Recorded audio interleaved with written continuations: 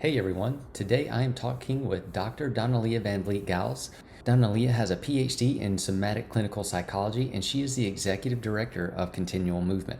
Continuum Movement is a fascinating movement system, to me, that was created by Emily Conrad. I really think you're going to like this show. Donnalea and I discuss some pretty interesting stuff about the body, movement, and fluid movement. Anyway, guys, this is the Original Strength Podcast. Buckle up. So, Donnalea, can you, just to set the stage and the background, can you tell me who Emily Conrad is? Oh, you don't start with an easy question, do you? Why? This is probably the easiest question I have of the whole thing. Oh, okay. Well, no, you know, who was Emily Conrad is a very complex, wonderful, beautiful question. She is considered a somatic visionary. She started her work in 1967, and it's called Continuum Movement. And before she founded Continuum or had the vision of Continuum Movement, she grew up in New York. She was a dancer, and she danced with many very famous dancers, Catherine Dunham, uh, Robert Joffrey. There's just a lot. And she loved dancing. Dancing was her salvation. It movement helped her uh, regulate. It helped her cope with life. And then, probably in the early, I think, 1960s, she got a job to go to Haiti and to do a contract with the folklore company in Haiti. And in Haiti, she really discovered the sensualness of movement. She found the centralness of the body, meaning you smelled wonderful smells, you heard the drums, you know the movements were undulating and organic and real, and that just really changed her shape and thought about movement. And when she moved back to New York from Haiti after 3 or 4 years, it was not the same. Here, she went back to a concrete, cold New York City. And I don't get me wrong, I love New York City, but Haiti and New York, it's quite a difference. And that's where she just really started having this um, interior angst. She described as going through some depression about it all. And then from that, she just sort of worked with herself. She describes not being able to get out of bed and through that's where Continuum came. She started tuning to her own sensations, her own body movements. Every little movement was precious and important. And then she developed and found that breathing and breaths and sounds that go along with breaths could really help the whole movement process. And from that, she eventually moved to LA and she founded a studio there, and she taught gestures. And as she said, everything from an actor could be told in his way, the way they gestured in their movement. And that she just kept developing and was probably, oh, I met her in 1990. Actually, she'd been on the front cover of Yoga Journal a lot. She had a lot of acclaim, and she just saw things differently, Tim. It was amazing, and way before her time. And she incorporated and she loved physics, especially David Bohm and the wholeness of the world. And one of my where she got what a strong thing that she got from that part was, and we call these things Emilyisms. It's things that she would say over and over again. And it's one of my favorite Emilyisms is movement is not something we do, it's something we are. That's cool. That's strong. So Emily founded a movement practice called Continuum. Yes. So, next hardest question, what is continuum? Well, that is a hard one too, but I have worked on that one. Awesome. Because from I've been a continuum and doing continuum for over 30 years now, and when people would ask me, you know, um, 30 minutes later when their eyes would start to glaze over, I realized I'd gone too far. So I have worked to be more concise. So this I took it from her own words, and Emily taught lots of different things, and continuum is varied, or it has a multiplicity to itself. You can love anatomy and really get involved in teaching continuum anatomy classes. You can love the arts and be a dancer and do continuum art classes. You can be a psychologist like I am and incorporate in the healing process, the mental, emotional healing process. So it has this wide range, or we could call it a continuum. Clever. but what I really, in a concise way, I say continuum movement is an inquiry into what it means to be a human being. It provides a somatic method to explore and experience yourself as an unfolding biological and planetary process. As you know, we talk about evolution, but we're still hopefully in evolution, right? And we're still evolving, and that people don't really realize that. And where are we evolving to, and how are we going to evolve?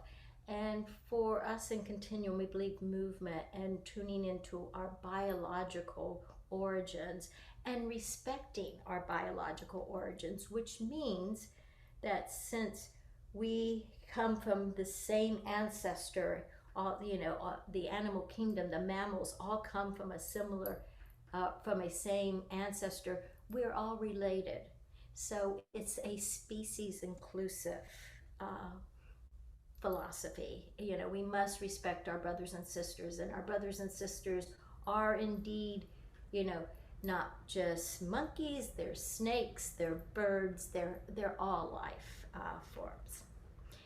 Um, some of the other things I can tell you that's important in continuum is the fact that our body is about 70% water is, we don't pay that much attention to that. We're so caught up, especially in the last couple hundred years of, um, you know, culture has been so caught up in the industrial revolution, and we think it's time for a biological revolution.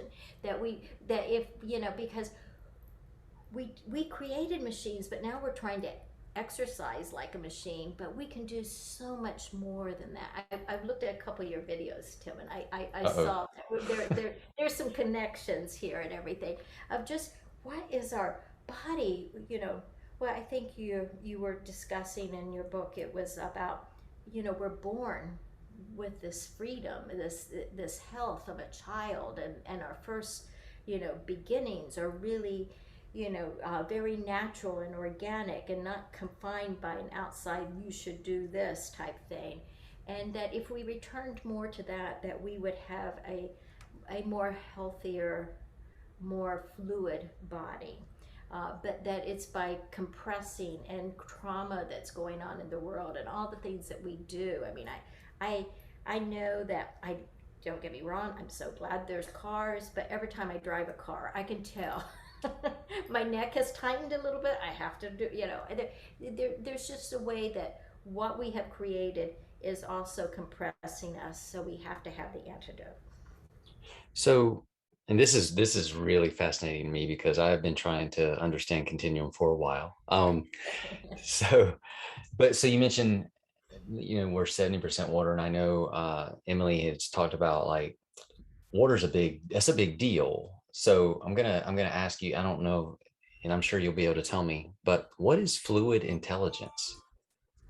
Well, I have worked on that. I'm really interested in that, to be honest, because fluid intelligence or biointelligence, we use them. We could, they're interconnected. So what it is our body it is said that all water is connected. The water, well, think of it, the water in our cells and our blood, and we can see how there's sort of a connection in our own system.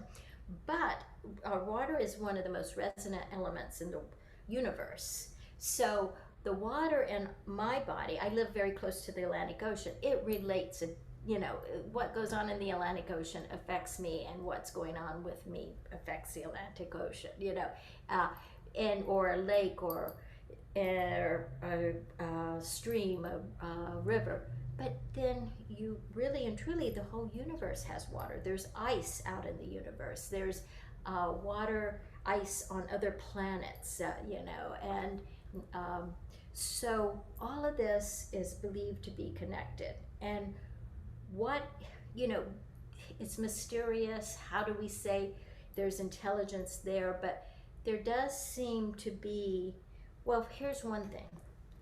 When scientists look for life on another planet, do you know what they look for first? Water. There you go. So there is something to water that does it. It's needed, I think, for at least for the life forms that we know and are are known to us. Who knows? In those strange areas way beyond universes, and that what there could be other type of life that doesn't work with water, but for us, for now, that's connected. What we talk about with biointelligence, it's almost a little bit more, Tim. It's like we go in, we feel our own sensations, and we feel, well, it's very much an interoception connection, and that interoception informs us. There is so much information our body has that we don't listen to. We just ignore, we just lock down. Uh, and if we start listening to it, it informs us. There is body wisdom. I know I speak from my own experience. I have been able to discover things about myself, actually in working with others, because you know, my water, their water, and feeling their tightness or their well, think of trauma and stuff. You, if you're around somebody who's highly traumatized, their body, their water is different. There's a whole different feeling. So I could keep on going. Another aspect of biointelligence, I would say, is the fact of evolution. Think of it. How did evolution happen? Is there not an intelligence behind it that is developing, and you know, where things are, I don't know if I want to say more sophisticated. I don't really, if I know, I will go that far. But there is a more complexifying, a more, I mean, I do think, well, and not, but I'm prejudiced. I do think mammals are very developed, and as far as a life for species and stuff. So that is a form of biointelligence also, of evolutionary process. And could we become like, well, so one of my favorite TV shows was Star Trek. And, you know, and I have to admit, I didn't realize it was such an optimistic TV show until I thought about it, going, oh my gosh, all these species living together. And on that show, remember, there were species that had abilities far beyond what we have here on Earth right now. So, you know, who knows? Yes, I can't. Oh, I was gonna. You're really good at it, Tim. I've had practice. So that's. I'm hoping I'm not going on too long and everything, but that's. No, and that was helpful. And you also said something, Emily. I was listening to an interview that she did as well, and she didn't say this, but what she said kind of made me think this. And you can tell me if I'm off or not. Um, Everything that has ever happened had to happen for you actually to be here. Like everything throughout all of time, throughout anything, every life form, every event, all created all those scenarios or situations that just drill down into you, uh, uh, which is And she didn't really say that, but the way she said everything, I was like, that's what came to mind. I was like, wow, there can be no other way, really. So it's kind of Yeah. neat. Yes, it is. And, like I said, she liked physics, and I too. I adore physics. And in a way that has, you can go to Penrose and chaos theory a little bit for that. That, and I just learned this. So I'd always heard, even a butterfly wings in either Tokyo or New York will evoke changes in the weather and changes forever. A butter. It actually was a seagull. It was the original. Huh. But so I do like it. So that's a bit of exactly what you were just saying. Everything, there is. It's been a moving process from the beginning, and each and every movement has helped to create, uh, you know, everything. So That seagull wasn't Jonathan Livingston seagull, was it? I don't think so. Because that would be neat. Um, so I have more questions, and I think I'm loving this, by the way, Tim. oh, My awesome. I I, I want to ask you, what is bodyfulness? well, so I I'm in a field where mindfulness is talked about all the time, and and I like it, and I have practiced. I'm a student of life, and I like to study many different things, and have been studying meditation, tai chi. I've been teaching tai chi for 30 years or more, and all of these things, they say tai chi is a moving meditation, and but what I really upset's not exactly the right word, but disappointed, and I don't know what, but it's not about the mind. What is mind? It's the whole body is the mind, and when we get locked up and think it's our brain, it's just such a misconception. We know the gut has 1/3 or even more of our brain neurons and stuff like that. So it's a whole body experience. So I like to say bodyfulness instead of mindfulness, and I do like the definition of Kabat-Zinn of being present in the moment without judgment. So it's being present in the body in the moment without judgment. Awesome, very cool. Which brings me back to continuum. So in continuum, you talked about through moving breath and sound, people can tap into their true selves, or they can learn themselves, understand themselves, evolve, uh, and or heal themselves. So I have because of what I do, I can see how breath, just learning how to breathe, can be immensely healing and can help with so many different issues. And I know for certain, through all the experiences I've had, that movement can certainly be healing and help with so many different issues. How can sound be healing and help with so many different issues? That's sort of, think of it. I like to point to what healing has been in the past. Think of churches. You go into a Catholic church. What's there? Organs, singing. Most of the religions all have a type of a singing in it or a chanting in it. And why? Just because they like it? I think there's a deeper purpose for all of that. There's climatics, I think it's called, and you can Google it on the internet. It's very interesting to look at sound and sound waves.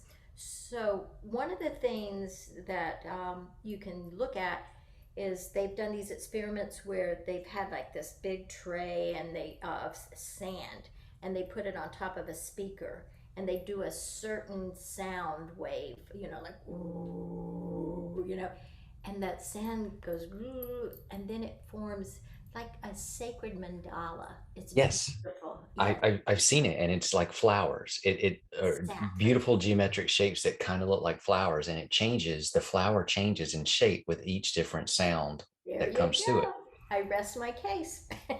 and it is quite amazing to see. So, do you think though that sound creates similar patterns in the body, like it does that sand on the metal plate?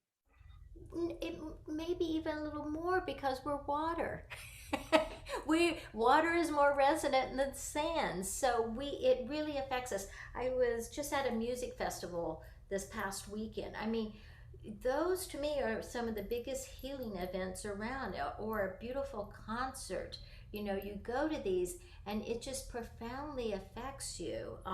I have tuned to music my whole life. I don't think I would have gotten through my teenage years without the Beatles and some of help, some of their songs, because, and it wasn't, the lyrics were wonderful, this, you know, but the sound, it really, and we have ways to really play with that and continue. We do a breath sound, and sometimes we direct it right into the tissue of a place that stays really tight, uh, or constricted, or or lifeless, and you can see and feel the difference really fast. Do you direct it with intention, or do you direct it like actually aim it at the spot? All of the above. Okay. You if it's real bad, and it's like definitely, I'm doing some, like one of ours that really helps tissue is thetas, and just going like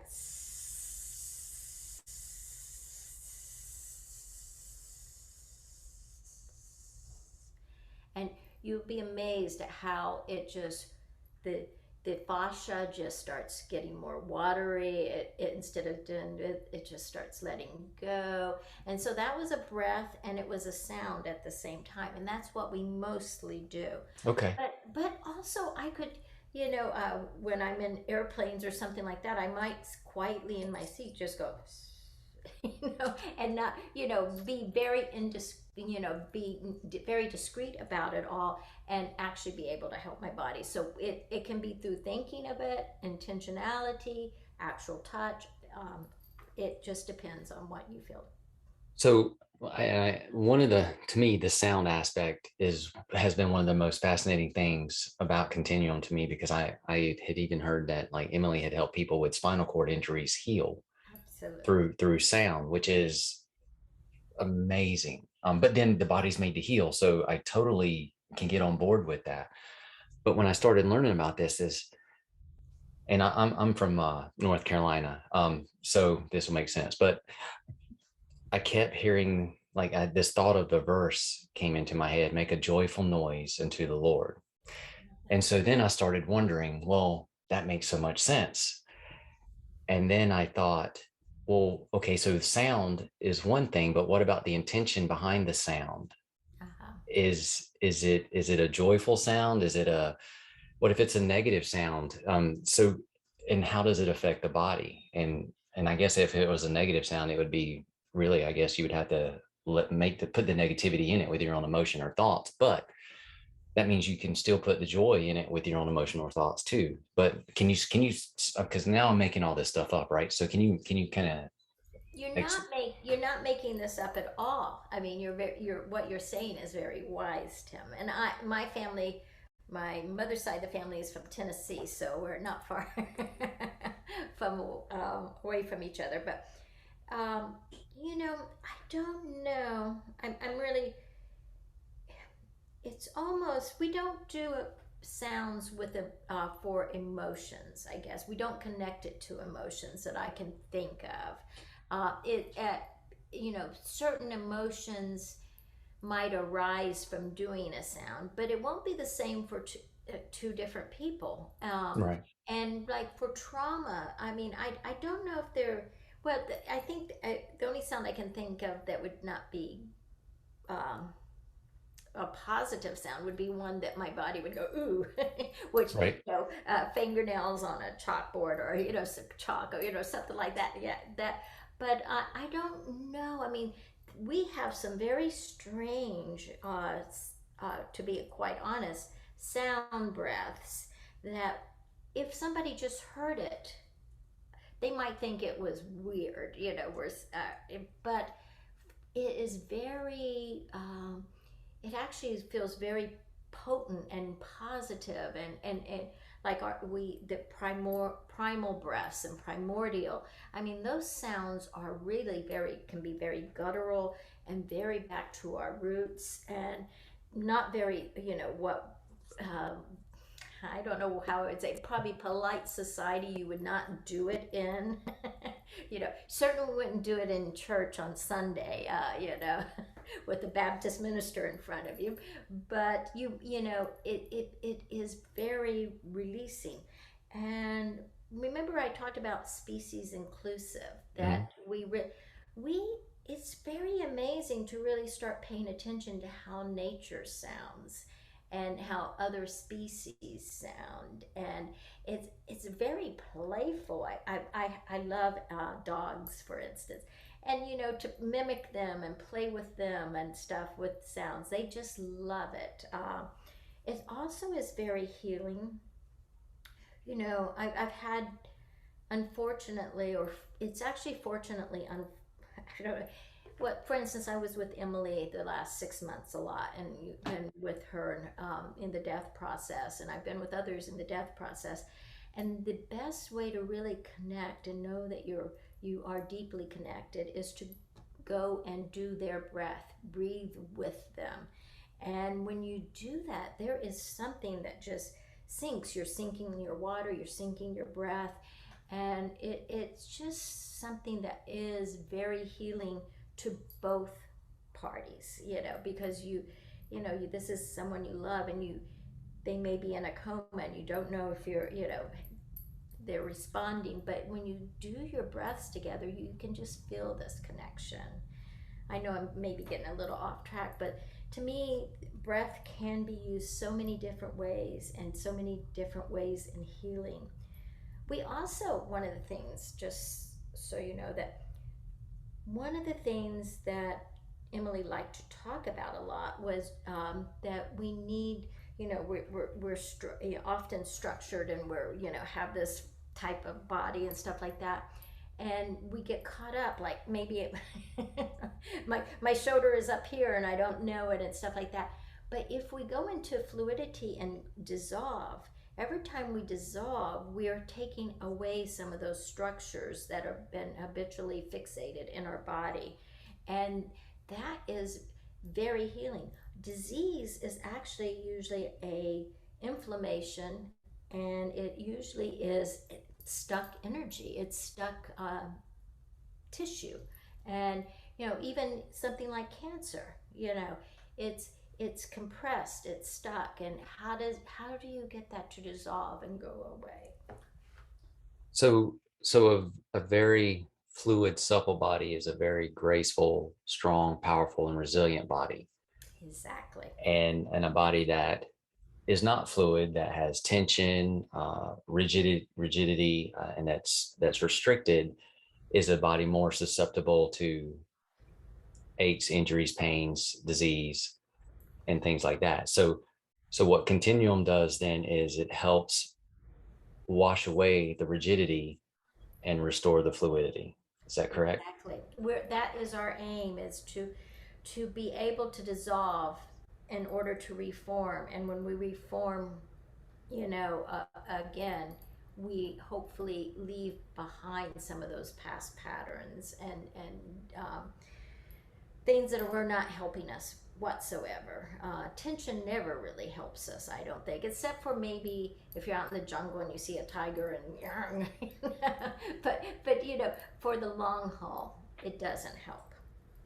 And just to let you in on my crazy, You're not crazy at all. You're well, I so think wait, hold on, buckle up, because so when you were explaining, and I asked about the positive sounds versus negative sounds, and then you explained sound, and you said you went to the more primal, more guttural. So what I the way my mind went was, okay, so authentic, you went for authentic sounds. Exactly. And so authentic though would be true sounds, which will truth is positive.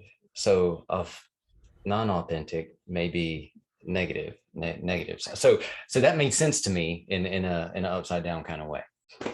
Well, I think it's you're talking to a believer here, so or you're a long lost cousin or something here, because that is exactly what it seems to be evident with me, with and looking at the world, and even looking at. I read a lot of research these days. I love research papers, and I read a lot, and um, you know, it's it just all makes sense in the standard, I guess I would say, of what is health and what is not.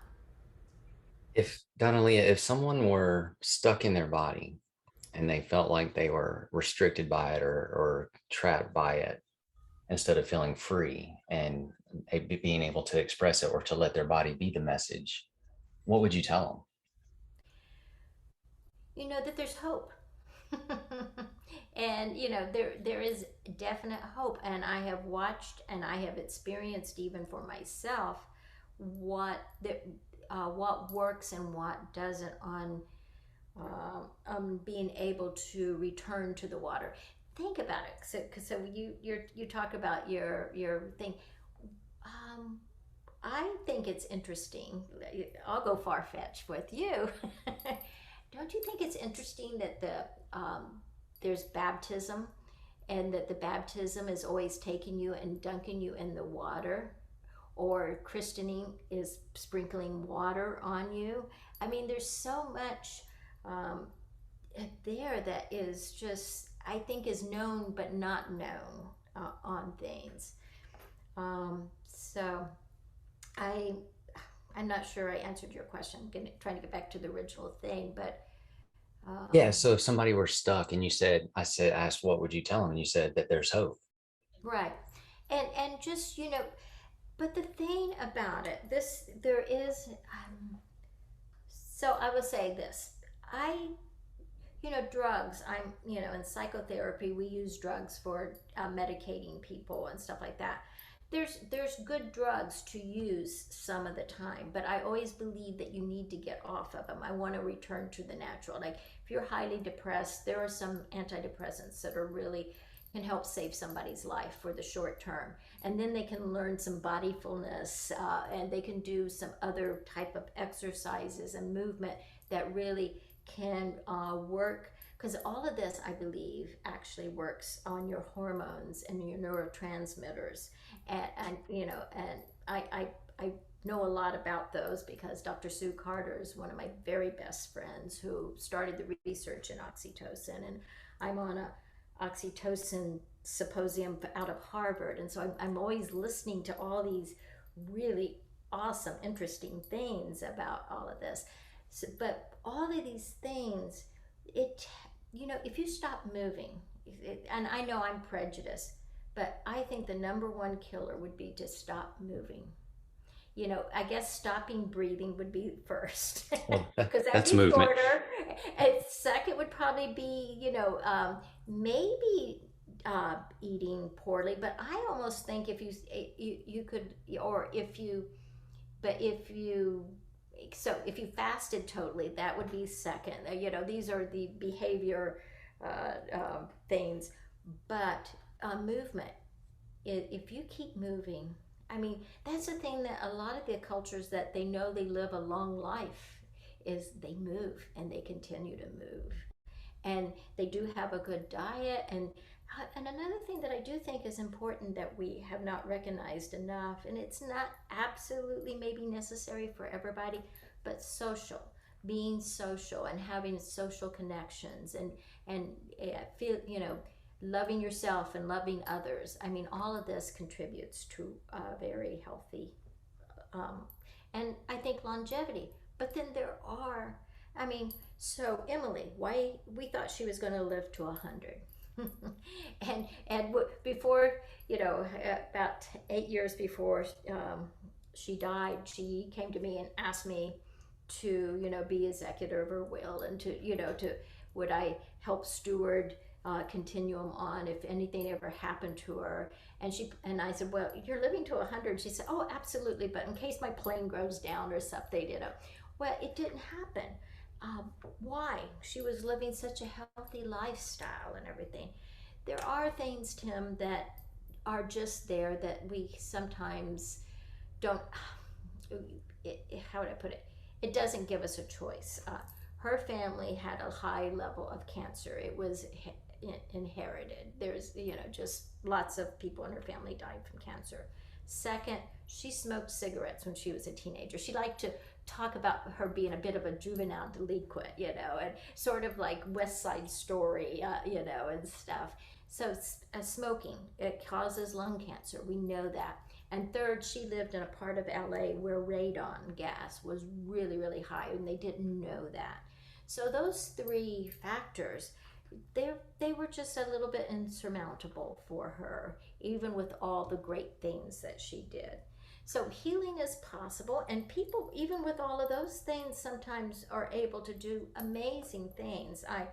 I was, well, I came through the Barbara Brennan School. I taught there.